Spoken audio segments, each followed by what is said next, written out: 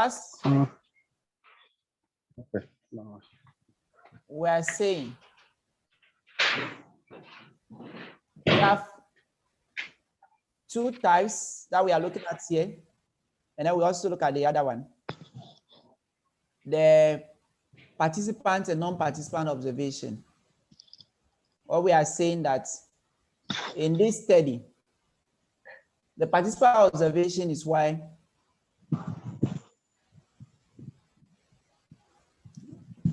in fact, the difference or the decision depends upon the observer sharing or not sharing the life of the group he is observing. So when we say the observer sharing the life of the group that he or she is observing, what we are saying is that you are participating in the activity at the same time observing them. So if the observer observes by making himself more or less a member of the group he is observing, so that he can experience what the members of the group experience, the observation is termed as what? Participant observation.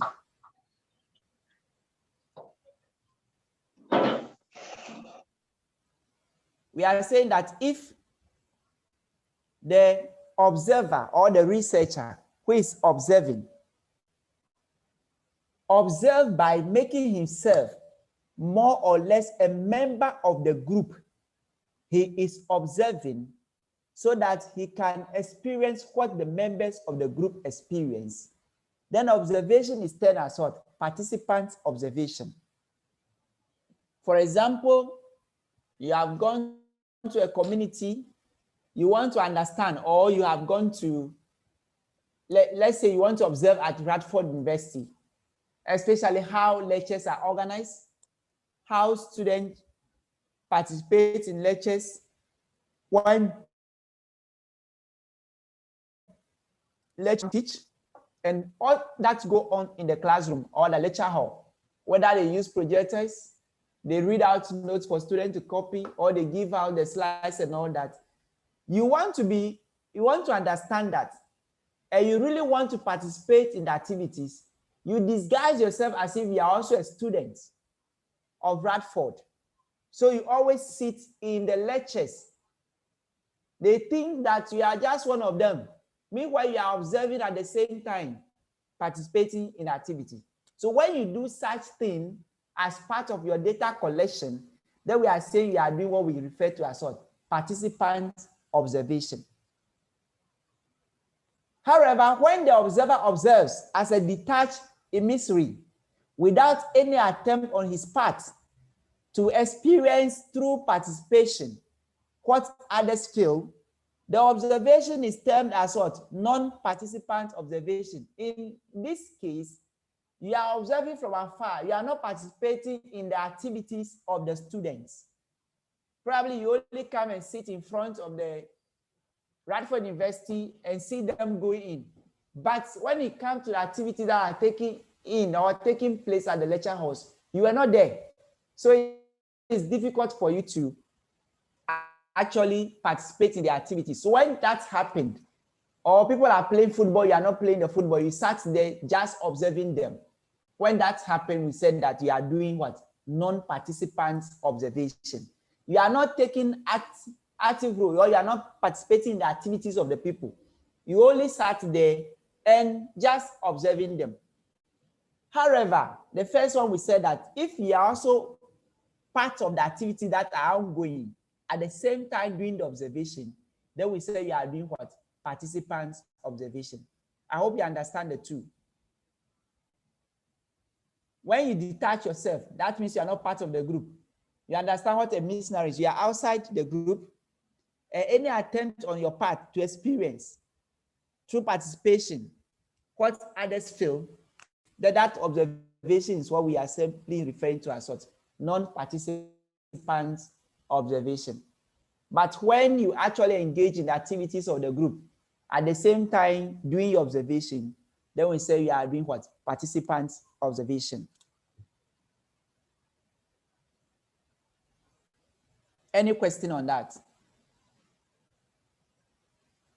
Then we also have what we call disguised observation. This is when the observer is observing in such a manner that his presence may be unknown to the people he is observing. Such an observation is described as what? Disguised observation. There are cases where you are going to observe the people, yet you don't want any of them to know that even what they are doing, you are seeing it. That is what? Disguised observation. And we are saying that you can use equipment or gadgets to do this kind of observation on your behalf, because you don't want people to see or people to know that you are doing this kind of what? Observation. So you can actually undertake that so that people do not know exactly what you are doing. They don't know that you are observing them. So that is what we also call what? Disguised observation. Hello, sir. Yes. But we have already said that when you are going to observe, the people shouldn't know that you are observing them, else it will alter their behavior. So how different is that from the disguised observation? Well, that's what we said. It is true, but in some cases, people must know that you're observing them. It's not all the cases that you go and you don't want people to know that you're not observing. There are cases that you know that it's difficult to get the information. That is why you use disguised observation. Nobody wants to be observed smoking weed. Nobody wants to be observed taking cocaine. Prostitutes don't want you to come and observe them that they are engaging in that activity. However, when people are engaging in eating at the canteen, how they behave at the health facility and all that, those ones, they expect you can observe them, they don't care because it's not any criminal activity. But when they are undertaking criminal activities, do you expect people that they agree that you observe them? No. So that's what we mean. Okay, thank you. You're welcome. Hello, sir. Yes. Please, I want to know about this. When there is a murder somewhere, Yeah. the CID, sometimes they go there, sit there for let's say 6 months to Sometimes observe while they are doing investigation. So is this a disguise or is non a participatory one that you are talking about? No, it's a disguise. What they do is that, but for them, in fact, this question is big, depending on the way you want to, or the points you are looking at it from. Because what you have said now, one may be participant observation, but they hide their identity. But there are some that they will disguise that they are not observing you at all. For example, is it this class that I talk about that there was somebody that has been killed in one village in Eastern region? The person was government official working in the village, and the person was killed. And the family looked for this person and they couldn't get. So they sent a CID to there to investigate so that they can get to the bottom of this one, because the person just got missing. Nobody knows where he has gotten to. Sorry, where he has gone to. They don't know him. His things cannot be found. Only that they know that the person got missing. They don't know, the family cannot find the person. So quickly they send somebody. So the CID went there and disguised himself as somebody who is a laborer, coming to weed their cocoa farms for them and make money. He went there with cutlass and hoe. So he's coming to work in the community. And he came and asked people that he's looking for a job. So initially people do not believe him. So he went for farm 1 or 2, and when he come back, you go and drink. You take just 1 bottle and behave as if he has drunk, he has bathed alcohol. So he continued like that in the community for a long time. So people have regarded, oh, this person there is useless. He will come and work for us in our farm. The money we give to him, he will just go and use it and drink. So that's what he was doing. So eventually people thought that, oh, that is the behavior. So he was there. And one day, the people were again under the tree, they were joking or they were playing around. Then there was a fight. Then one of them said, you think that the way you have killed that man and buried him in the middle of the river, you think you can also kill me like that? Then the CID woke up because some information has come. But he was pretending as if he was sleeping. And he got all the information. Then quickly, he became a friend to the one who said, I wanted to kill me like the way you kill that man and bury him at the middle of the, how do you call it, the river. Because it's not only one person that has killed. There were a group of people who did that. I don't know what the man actually did to them. I think there was a court case or something like that. So that person became his friend. He was buying alcohol for that person. So the two of them were drinking. So when they boozed like that, we pretend to be asking some questions. So the man told him everything. The river in which they buried that person. And one day they were there, the police, the vehicles came, and they arrest all the people who killed the man. They went to the riverside, the place, and exhumed the body. You get it? So in that case, even though the person disguised his identity, so when you look at that, you can see that it cut across all the observation that we are talking about. When you look at the work of the CID, depending on what they are looking for. Okay. Are you okay? Thank you, sir. Yes. Please, so it means that then we can see we have a mixed type where we can combine the two and execute your mission. Yes, if you are in the CID and you are doing that, you can do that. Even in your research, when you think that some of the areas, when you do participant observation, you not get the information quickly. You just switch to what? Disguise. There are some that you know when you participate, you still get the information. For example, you want to learn drumming, how people drum in their community, they play the local drum. You must participate in activity. As you observe them doing it, you can also learn and record how it is done. So those one, yes, depending on what you are doing. Sir, so with this, can we say that investigation also falls under research? No, when you are doing investigation as a journalist, like what journalists do and all that, they are not doing research because they have not set out any objective. They have not have any systematic procedure. Sometimes they are observing the thing as it happens so that they can report on it. They have not set out any question ahead. So journalism, well, they also do their investigation, but that cannot be classified as what?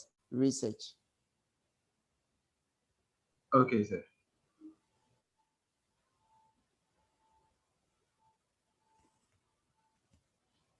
Then we look at merits of participant observation. The researcher is enabled to record the natural behavior of the group. So when you are participating in all the activities, you have the rights, or you are with them, you can record everything that is happening around you. 2, the researcher can even gather information which could not easily be obtained if he observed in a disinterested fashion. That means when you are participating, you can observe and record a lot of information than if you are not participating in the activities that are taking place. So that can also be one of the advantages. You can record a lot of information than if you are not participating in the activities. And the third one, the researcher can even verify the truth of the statement made by the informant in the context of questionnaire or a schedule. So when you are participating in the activity, you can ask questions. Why are you doing this? So that I can get further clarification when you are doing participant observation. But one of the disadvantages is that, 1, the observer may lose the objectivity to the extent if he participates emotionally. When you have put your soul, your body, and mind into the activity, you even observe, you completely forget about your objectivity. The problem of observation control is not solved, and it may narrow down the researcher's range of experience. So it is always important that when you are doing your observation, you must be objective to the extent that if he participates in the research with all your body, your soul, and mind, you will not be able to be what? Objective in doing that. But when you eliminate all of that, you can have the objectivity that we are looking at. And that is not easy to come by, especially if you have done that emotionally. Then we also have what we call control and uncontrolled observation. If the observation takes place in a natural setting, it may be termed as what? Uncontrolled observation. But when observation takes place, according to defined prearranged plans involving experimental procedure, the same is then termed as a control observation. What we are saying is that if you go to the field, you go to an environment and the things are happening and you are observing, we say that that's happened at natural setting. That is what? Uncontrolled. But the control is that you have invited people to your facility before doing observation, or you have invited people to your house before you are doing the observation. You have taken them from their natural setting. Therefore, you have controlled their environment. Therefore, we label that as what? Control observation. So, for example, this one, let's say this lecture is happening now and you are in your various homes. So when I'm doing the observation or I'm trying to observe this individual student or in your homes, I'm trying to observe you in your home, your setting, where you have everything at your disposal. That's when I'm doing uncontrolled observation. But if I invited all of you to Radford University, taking you from your natural setting, from your homes, and observing you at Radford, then I can call that one what? Control observation. So in non-control observation, no attempt is made to use precision instruments. You don't use any precision instruments just like we use in the laboratory, at the lecture halls and all that. You don't use anything like projectors and doing that when you are doing the non-control observation. But the major aim of this type of observation is to get spontaneous picture of life and people, or spontaneous reaction of people when you are doing uncontrolled observation. Uncontrolled observation is that you want to see how people react spontaneously or behave in their natural settings without any control. That is about uncontrolled observation. Any question before we continue? Yes. What does the natural setting really mean here? Is it the person's home or where the activity normally takes place? Because, Yes. for example, if you are observing something at the hospital, which already almost every time occurs at the hospital, that I'm sure will be the natural setting, right? Okay. But so I want to know whether the natural setting you are referring to the person's home or where the activity normally occurs. We are saying that when you look at the uncontrolled observation, there is no pre-arranged. There is nothing like pre-arranged procedure or plan ahead of time. That means you have not told the people that, okay, I'm coming to do research, I'm going to observe you. So I'm going to take you from your homes and assemble you here and then do and see how you play the drum so that I can observe you. That one is what? Control observation.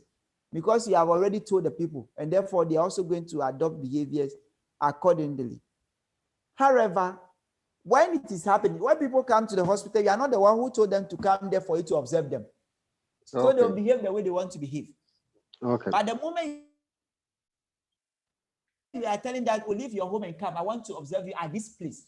That means you have already pre-arranged, and therefore you are also likely not to see exactly how people behave spontaneously in their natural settings.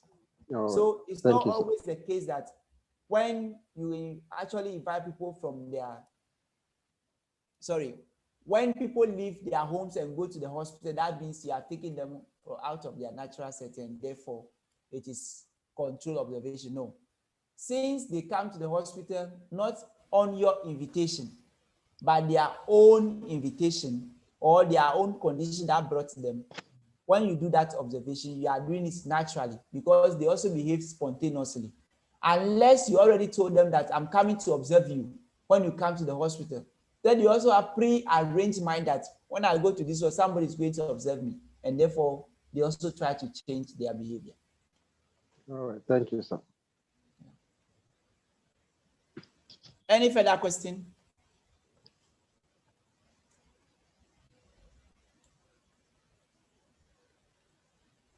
Then we can move on and look at the interview. So I want to tell us about interview. What is interview? Method of data collection.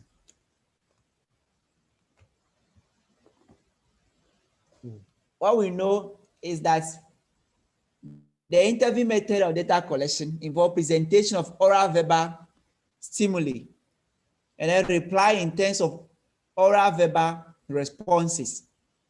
So the method can also be used through personal interviews and if possible through telephone interviews. You know, you can also conduct your interview using telephone where you have people's number and then you can call them and ask your questions and they also give you the information that they actually want to receive. So we have personal interviews where personal interview, the method requests a person known as the interviewer asking questions generally in a face-to-face contact to the other person or persons. So that is about what? The interview. So this sort of interview may be in the form of direct personal investigations or it may be indirect oral investigation. In the case of direct personal investigation, the interviewer has to collect the information personally from the sources concerned. He has to be on the spot and also has to meet the people from whom you want to collect the data from. That's about the personal interview. So when you are going to do that, you as an individual who is going to collect data, you must avail yourself at the context or whatever the interview is going to take place so that you'll be able to what? Conduct your interview. So interviews, as we said, it involves a researcher asking questions and receiving responses from the participant or from the individual who they are seeking that information from. And we all know what interviews are, especially when it comes to research, when you are collecting the data. Even before I move to look at the question that you asked, we are also saying that the method is particularly suitable for intensive investigation. When you want to have intensive investigations, you adopt what? Interview method. But in certain cases, it may not be possible to contact directly the persons concerned or on account of what? Expensive scope of inquiry. The direct personal investigations, as we are discussing, the techniques may be what? May not be used. In such cases, an indirect oral examination can also be conducted. So when you are doing that, like what we see sometimes people are doing cross-examination in courtrooms and all that. But in our case, we are looking at purely giving out questions or verbal questions, and you're also expecting what? The responses from individual who you're asking the question from. So interview questions are also involved. We say open-ended questions are also used to allow the respondent the freedom to say whatever they want to say or whatever they know about the topic under investigation. Is that okay? So you can use open-ended questions. Mostly when you talk about interviews, that's exactly what they use. They use open-ended. The participant to speak their mind and tell you everything that they know about whatever is under discussion. So the researcher guides the discussion with prompts and probe questions. Sometimes you also want to understand further. So you come with prompts and ask questions that prompt your respondents so that they can actually give you exact information you are looking for. So sometimes you can also chip in as you ask the question, you chip in to ask, to prompt them or probe further so that I can understand more of the things that you are looking at. So most of the time you can also use that. What I'm trying to emphasize here is that when you are doing interview, don't limit yourself to what we call closed-ended question or yes or no question. You don't get the information that you are looking for. If those are the questions you are going to ask, then you better conduct what? Interviews. But you don't want to conduct that. You want to get the information. That is why you want to organize interviews. So you must come up with what? Open-ended questions so that you can solicit all the information that you are looking for. And as they continue, prompt them. Sometimes they start something and they leave it. Prompt them to get a response or probe further. When they give you answers, go further and ask so that you can understand the reasons behind those answers that have been given to you. Then we have types of interviews that you can use in your research. We have full fully structured interview, semi-structured interview, and then unstructured interview. The fully structured interview has predetermined questions. You already have what? Predetermined questions with fixed wording in particular order. So on your questionnaire guide, you already have the questions arranged in certain manner. That this is the question you are going to ask first, followed by this, followed by that. And they are worded on your questionnaire guide. Or sorry, your interview guide, not questionnaire guide, sorry about that. Your interview guide. So when I come to you, I know that this is the first question I'm going to answer, and the wordings are there. I'm just going to read them to you. That is what we refer to as what? Fully structured interview.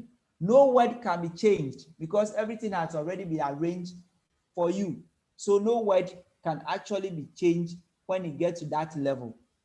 But when you look at the semi-structured, though they have predetermined questions, but the order can be what? Modified based upon the interviewer's perception of what seems appropriate. Even though you have the questions on paper, you can decide to ask the last question first. Or maybe you have about 6 questions. You can decide to ask the 6th question first. You can decide to ask the 7th question first, or you can decide to ask the 5th question or 4th question first. You don't have any particular order. And you can also decide to ask question 1, go and ask question 6, come back and ask question 3. For semi-structured,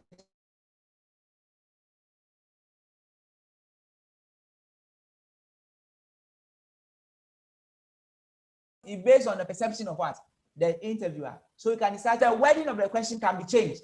The wording of the question, the way the questions are worded, that can actually be changed as part of your research. So you can decide to change the wording of the questions.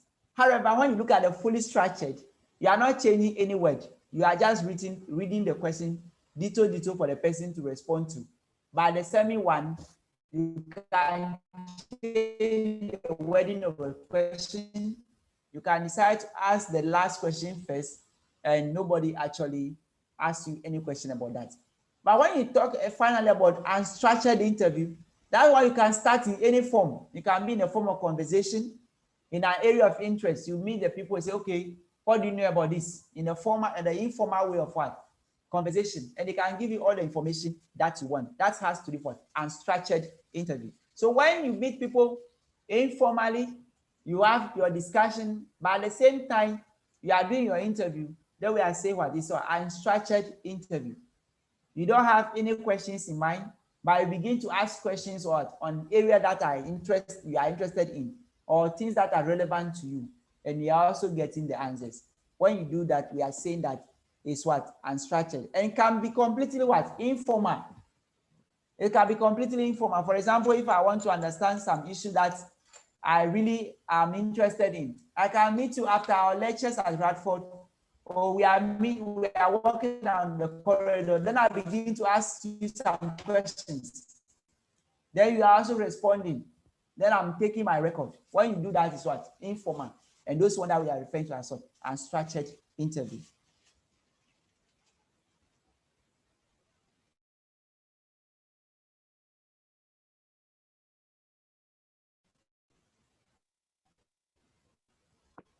So the interview questions, as I started earlier, we have closed what we call open-ended questions. Alternative response.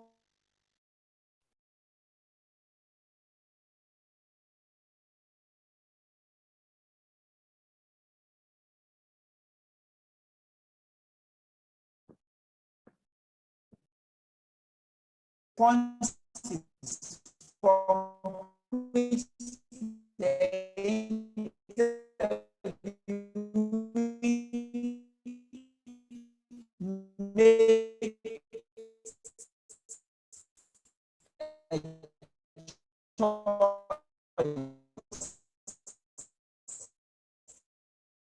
in this case, even though you are interviewing the person,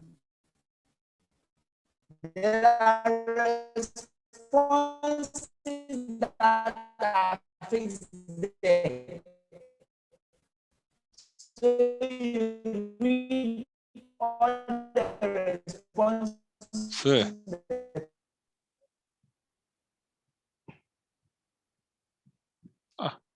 Yeah, some.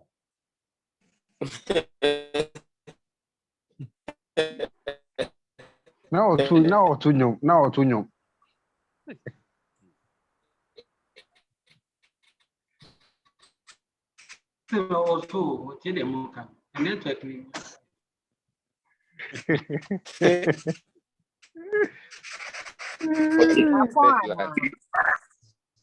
I'm saying the network na satiko. Hey, Rabbi. We have an early class. Hey, Rabbi. Yes. Yeah, some. Why na Rabbi? You know, Pola. Hey.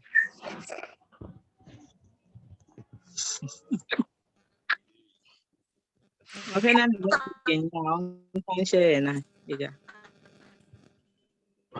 Open the market. Clement. Said what? Nenu kuf. Wapa. Oh, hefa. Oh, mention her.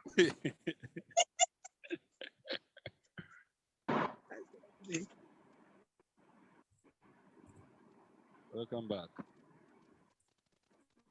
Today the What's network happening? is bad. Very bad. Very, very bad. I don't know why. It's the weather. The weather. What is wrong with the weather? It's the same network. I've changed. I'll switch to this one and to this one still. The weather is too cold. I see. We'll soon close so that you go and. Yeah, and it is demanding. It's what? Said nobody. Let's go on. Okay.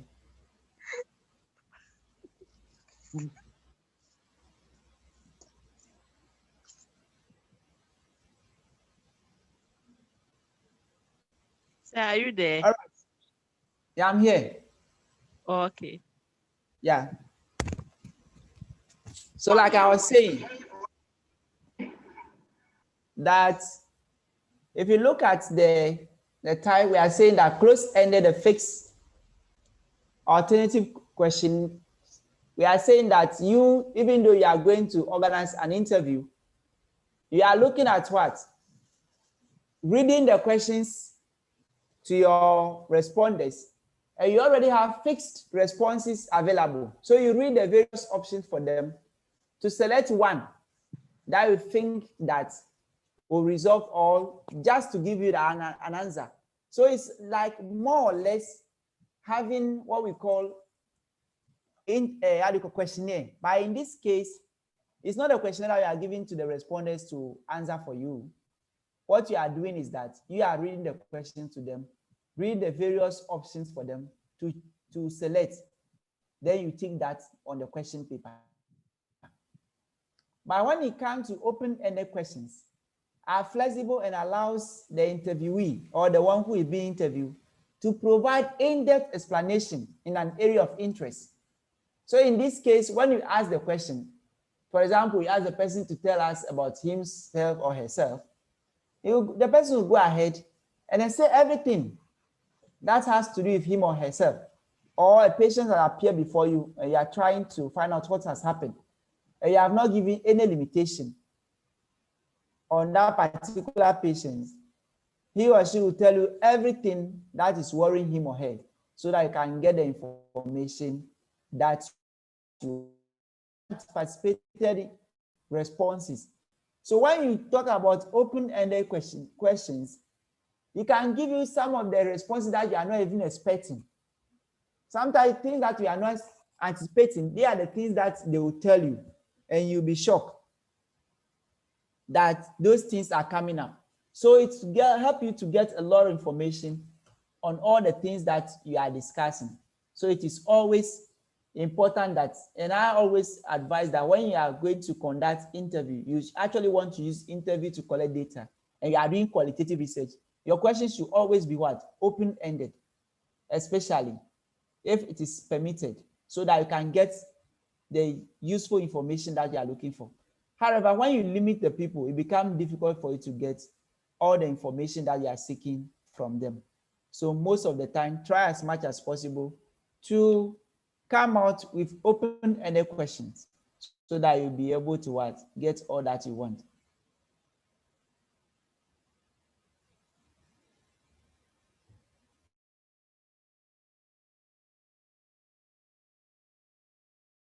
Probe questions are there.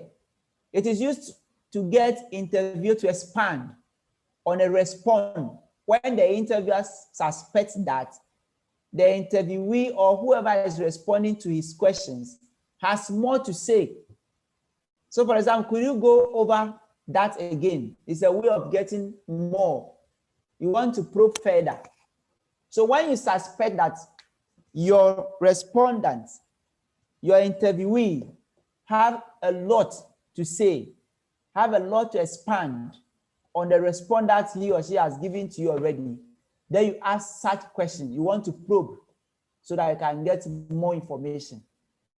So when used, a response is given in a general form. For example, what is your view on this? So you can use that to get a lot more information on that particular area. They have given you an answer already, but you want to know what is your view on this. Then you are probing further to understand. Then another one that